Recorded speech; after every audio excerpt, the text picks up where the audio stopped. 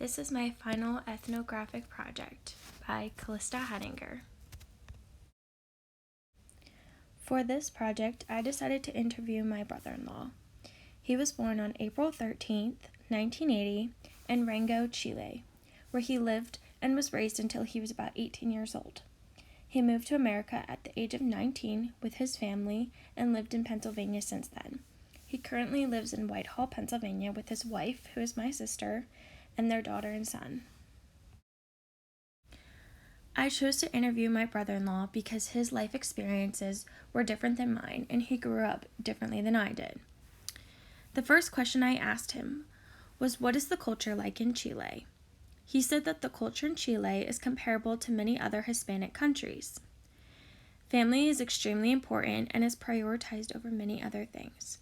In fact, he remembers his mom always making sure him and his younger sisters had whatever they needed, whether that be clothing or food or anything in that matter.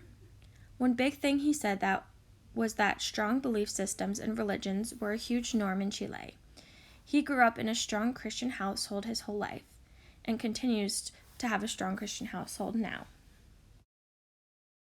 The second question I asked him was, prior to moving to America, what perceptions did you have about the culture here? What caused you to have those perceptions? After moving here, did you find these perceptions to be true or false? He said that he did not have much knowledge about America prior to moving here, especially since social media was not a thing. The only perceptions he had was what he saw on TV and what came from Hollywood. He believed that families were dysfunctional and that no one had any morals. He also felt that religion was not a huge thing in America and that families were not as big as a priority as they were in Chile. The third question that was asked was, moving to a new country at a young age is not an easy transition. What were some of the hardest things that you had to get used to after moving to America? My brother-in-law moved to America at the age of 19 with the rest of his family, which included his mom, his dad, and his two younger sisters. He said the biggest struggle he had was the language barrier, as he was only speaking Spanish when he moved here. He did, however, want to speak English because he had trouble having simple conversations with people in everyday life. So he decided that he was going to learn English. People were not very kind to him because of his inability to speak English. However, once he was fluent in English, he began to code switch in different situations, especially because his sisters were fluent in English, but his parents, to this day, still only speak Spanish. Question number 4 asks, as you were furthering your education, were there times where you were made to feel inadequate simply because of your race and/or ethnicity? If so, can you give an example? From my brother-in-law's early 20s until around the age of 40 when he started a family with my sister, he decided he wanted to continue on with his education.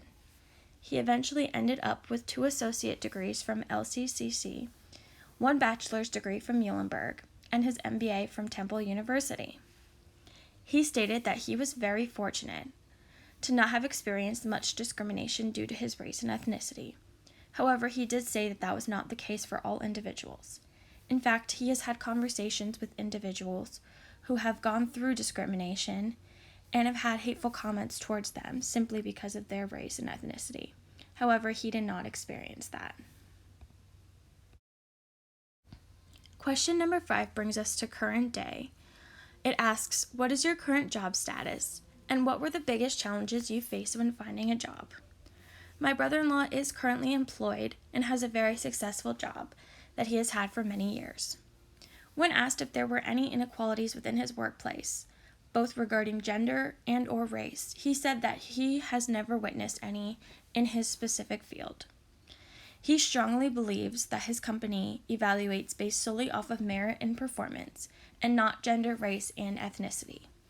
However, as he said for the first question, he does not know if that is the experience for everybody, but that is just what he sees from his perspective and what he has experienced himself.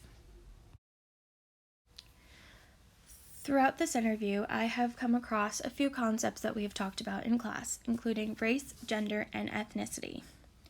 Race and ethnicity come into play when asking questions relating to the culture and differences between America and Chile for my brother-in-law, since he was born in Chile and moved to America, and questions such as were there any discrimination that he faced. Concepts such as gender were brought into play in my interview when asked about were there any gender inequalities that he noticed in his workplace. Prior to doing this interview, I had certain perceptions of what I thought my brother-in-law's answers would be, especially since we've never had these kind of conversations before, even though he's been in my family for quite some time. This interview allowed me to open up my eyes to a different perspective, and I was interested to see how his answers compared to mine. Overall, I learned that everybody's experiences are different. While some individuals might experience a great deal of discrimination due to their gender, race, and ethnicity, that is not the case for everybody. Even if other people come from a different country to America, they don't have the same experiences as everybody else. And it was really interesting to see that through this interview. Thank you everybody for taking the time to look at my presentation, and I hope you all enjoyed it.